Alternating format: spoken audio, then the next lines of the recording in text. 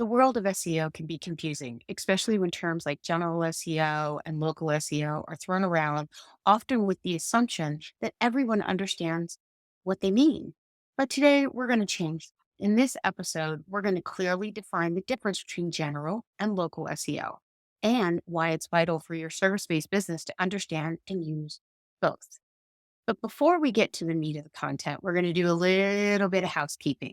So, in my episodes, I sometimes recommend products, articles. I definitely mention previous podcast episodes. And in this episode, I'm going to mention a lot of them. And so, if you go to the website, inkyma.com, that's inkyma.com, you're going to see the show notes and all of those product links, article links, episode links are going to be in there, along with a rough transcription of the entire episode. So if there's something you want to go back and understand specifically without re-listening to everything, you can certainly do that. And all of these are going to be on YouTube as well, on our YouTube channel at the Inkyma YouTube. And then I'm on camera, so you can kind of watch along with me as I'm talking to you. But of course, we are on all your favorite podcast platforms as well. So if you've listened to previous episodes, I talk about SEO a lot, and I'm going to talk about it again today. I know I've done 6 episodes on SEO already. All 6 of those are linked into the show notes. I'm going to kind of point to them as we go through the episode. But this episode's going to be different. And if I could reorder all my episodes, this is probably the one that would come first. But, and it's a back to basics episode. The reason why I'm doing this one is I've had conversations with people and I realize that in my industry, and I've done it too, is that we dive deep into different aspects and pieces of SEO, not realizing that people don't even understand the basics of SEO, right? And we forget to start from the beginning and then work our way through things. So that's what I'm going to do today is kind of go back to the beginning of SEO and basics and fundamental and initial thoughts and strategy process, not the deep how-to. There are some how-to episodes. I'm going to point them out as we go. So what is SEO? It is called SEO is search engine optimization. And all it is it's free visibility and awareness for your business on via Google search. Now, I know there are other search engines out there, but Google search is the one that the majority of us use. The runner up behind that is Bing, and Bing is kind of making a comeback. We'll see how that goes in the next 6 months. And maybe I'll go back and do another episode on how all of this works with Bing if they get big enough. But right now, Google's the game in town. So this is great, wonderful, free visibility. Who doesn't want that? But it comes at a cost or it has a bit of a downside because it takes work, it takes understanding, and it takes knowledge in order to do it right, to set it up. And it needs care and feeding every single month. You can't just do it once, set it, and then let it go and it stays happy. No, it grows over time. So there are 2 types of SEO specifically with Google right now. We start out with traditional or what I call general SEO, which has been around since the beginning of Google when we first started trying to navigate the world of websites. And then there is local SEO. And this is the newer kid on the block. And not all businesses need both. So, in understanding where we are today with general SEO, episode 78 talks about right now in 2023 what Google is looking for when you're putting content on your website. So definitely go check out that particular episode to understand and take a deeper dive into that. So at a high level, traditional or general SEO, all businesses need this. It helps people find you, regardless if they're looking for your specific business or a topic. And this is where you optimize your website for search. If you've heard that term, this is what we're talking about. It's the traditional SEO. And then to understand the different things you need to do in order to be successful at that, just to be found, even if they're searching for your company name. That is episode 22 about how you set up your website in order to be found in search, to rank, all those good things. Then local SEO is if someone is looking for a business or a service in a specific geographic location near them. So this is your plumbers, your restaurants, your stores, any type of brick and mortar, and your service-based businesses that service a geographic location. So you may not have a physical store, but all your customers are clustered in a 2, 4, 5 mile radius, depending on, how far you travel. So let's talk about a couple of different types of examples. So my company, Income, we're a marketing agency, and we service the entire United States. I don't care where my clients are. They could be on the East Coast, they could be on the West Coast, they could be my neighbor next door. My criteria is that they are a business that needs a website and needs search engine optimization versus a mobile auto mechanic. Mechanic, he goes to people's homes and does work on their cars, but there's only so far that he is going to travel in order to do this. And that's where that particular type of business absolutely needs local, but they're also going to need general. So let me start to unravel that by talking about each one in more detail. So general SEO involves the practice of improving your website's visibility on a broader scale. It's casting a really wide net for potential customers and leads, regardless of where their location is.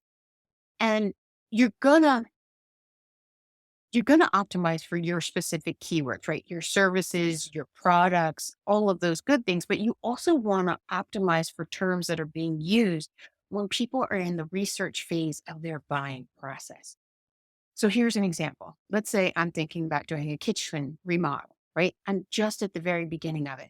I'm not going to start with looking for a contractor. So I'm not going to do a search for kitchen remodel contractor. I'm going to start doing research on the type of things I want in my kitchen. Like, what's my budget going to get me? What are the fixtures in my budget range? What are the things that I'm going to put in the kitchen to make it have a higher resale value? Because I did hear that, kitchens and bathrooms, you get a better resale value if those are um, really high end or they look really good, but I want it to be functional for me. So those are the types of things I'm going to search for. And if that type of content is not on a contractor's website, then you're not going to come up in that search. The reason you want to grab people in that research phase and not wait until they get to the intent to purchase phase is that when you educate them, you start building that relationship with them. They come across your article, they like it, they look at your different offerings and services, and then they form an opinion. Yeah, I like this company. This person, they think the way I do because they resonated with your article. They know you're a subject matter expert because you educated them.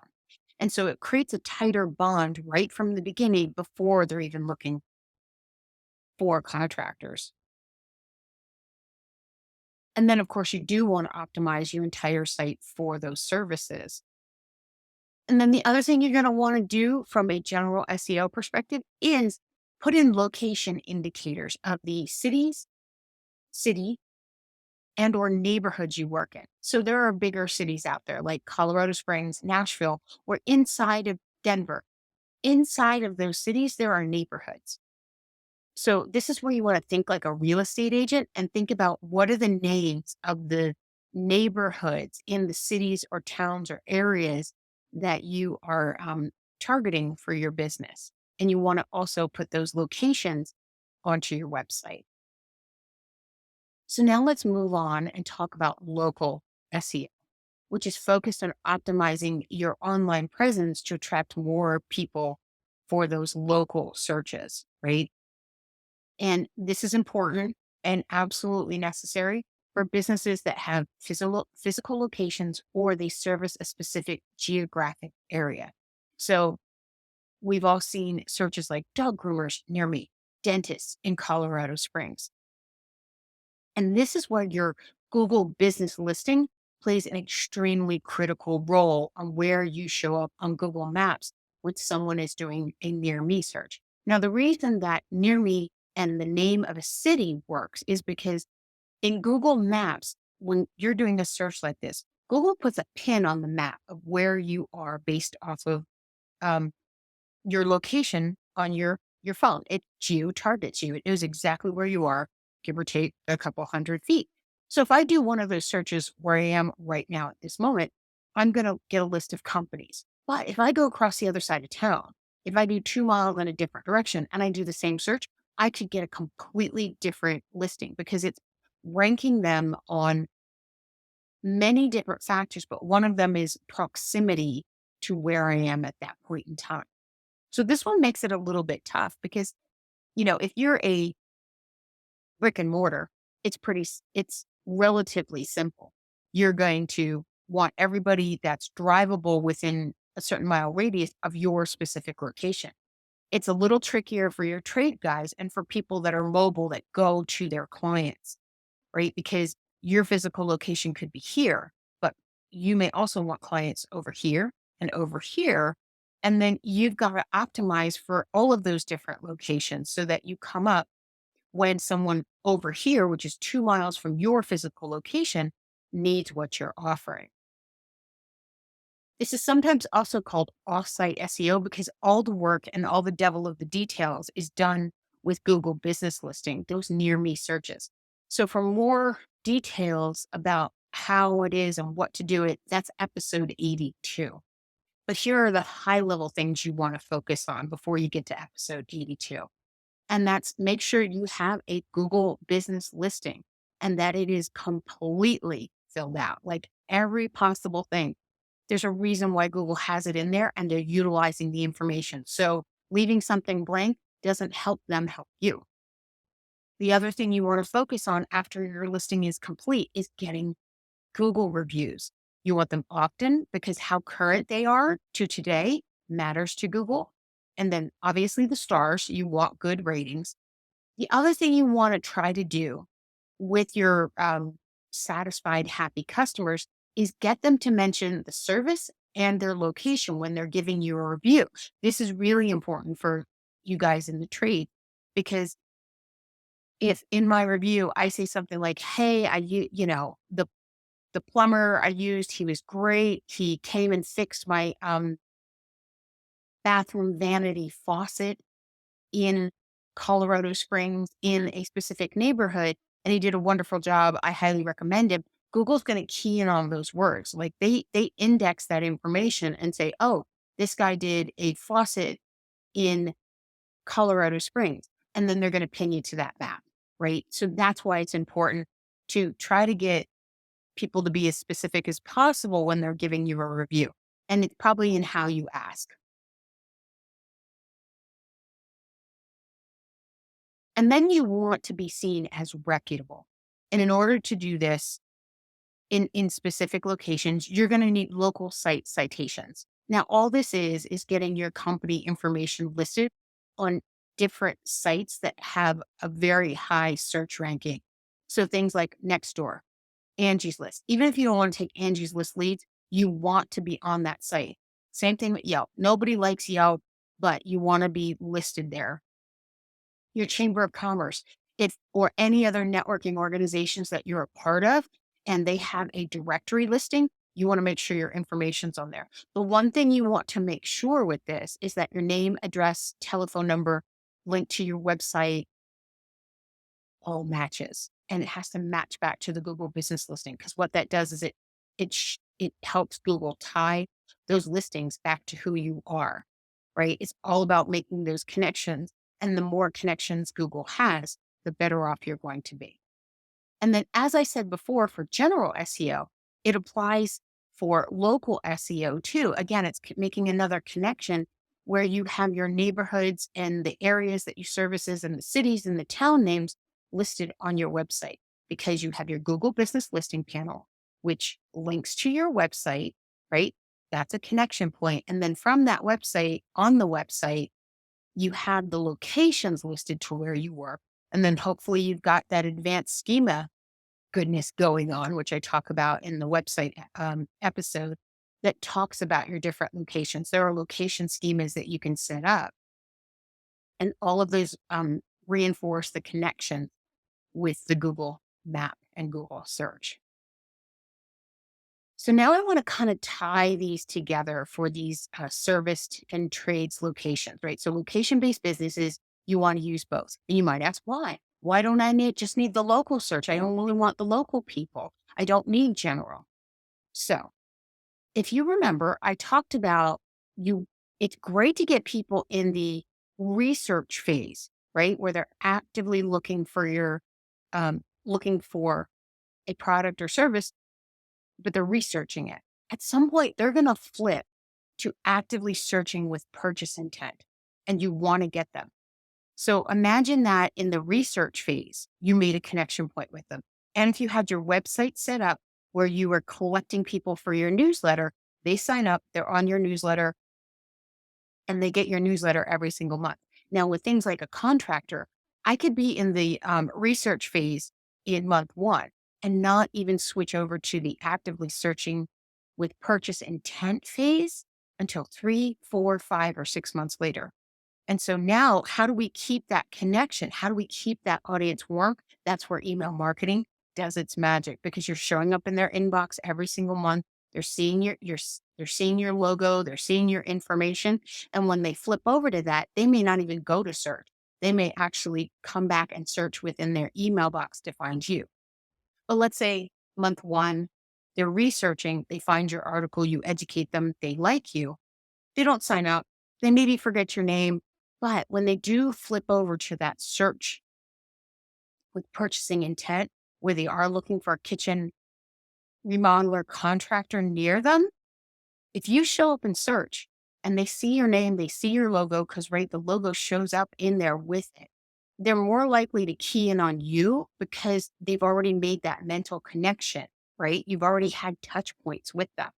And so the likelihood that they're going to start with you because you're familiar is greater. And this is why you need to do both. So now that you understand this, let's do something with this information. Let's take some action. So the first thing I want you to do is assess where you are today. Do you have your traditional basic general SEO on your website? If not, that is where you start. You need that foundation regardless of what kind of business you are. And then the second piece of that is regardless of what type of business you are, you do want a Google business listing.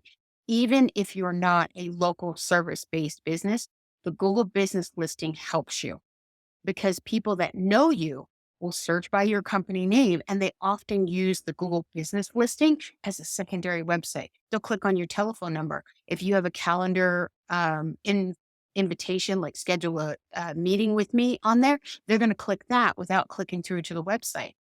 Any type of contact form, any information, they're going to search there first because it's right there. They don't have to click through to your website to then go and get the information. It's all right sitting there in front of me. So don't lose that opportunity.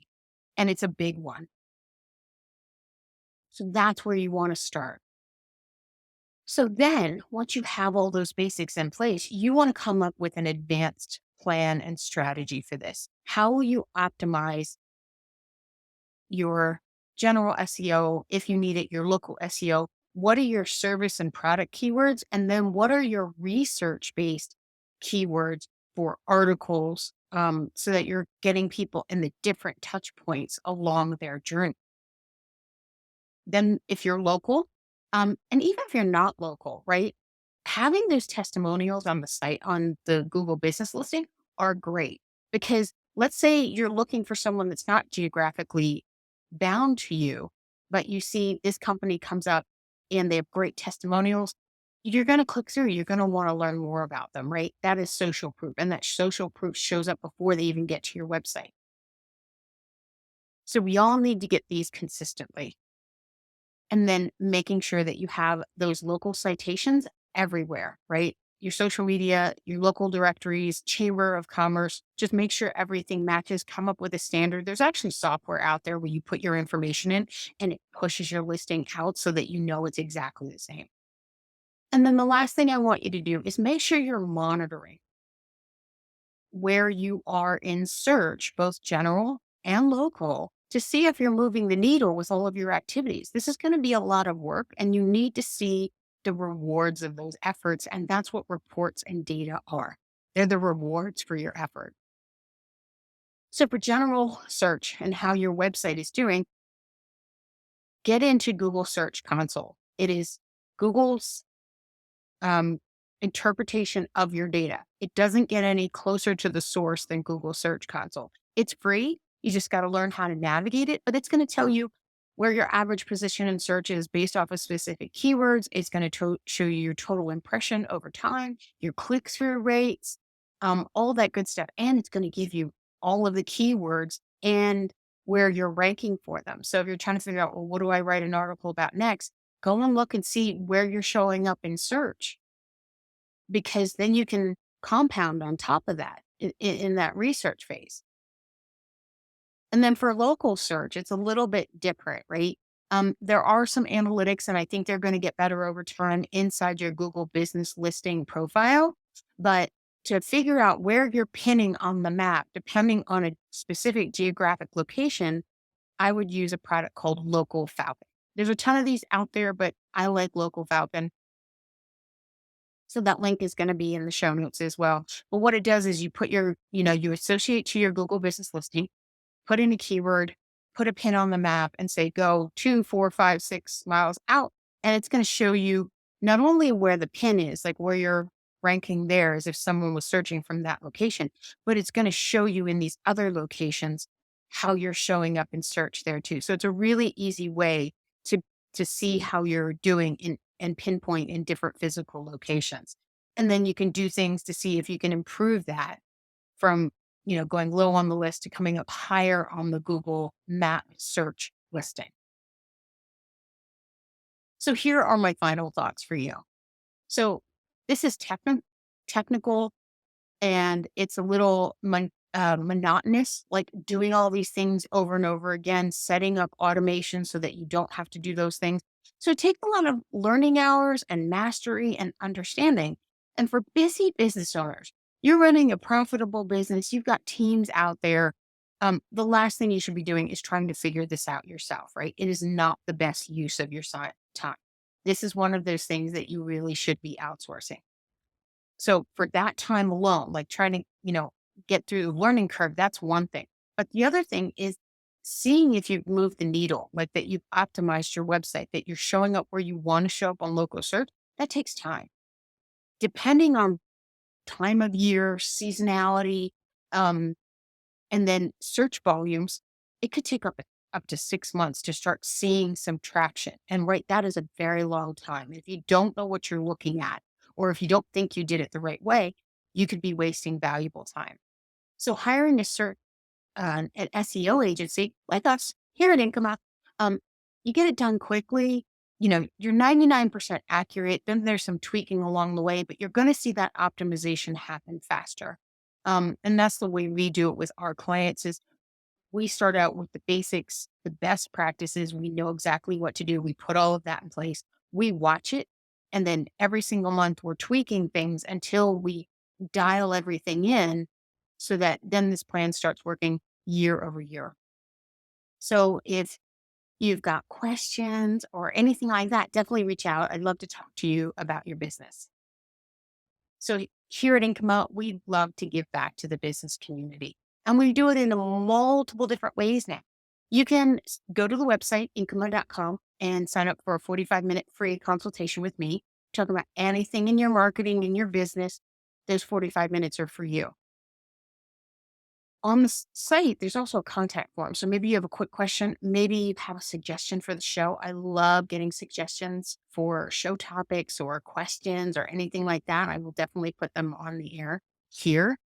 So just fill that out, comes right to me. We have marketing masterminds. We have a blog, and we also have a separate YouTube channel. And this is where the rubber meets the road for those that really have to DIY things themselves. So if you have to do your own marketing, I want to make sure you get it done the right way. And so there we actually give you step by step on how to do specific things to grow your marketing. And then there you can also sign up for the Marketing Masterminds newsletter, where all of that great content to DIY will get pushed to you, including with supporting podcast episodes to help you understand the strategy behind. So it's like each newsletter is like a little mini learning module about a specific topic. So I hope you found today's episode useful and helpful for you? If so, share it with other business owners. I'm pretty sure they have the same questions, the same things that they're thinking about as you are. And I want to make sure that we're growing and thriving together as a small business community. So thank you so much for listening and watching. And I hope you have an amazing day.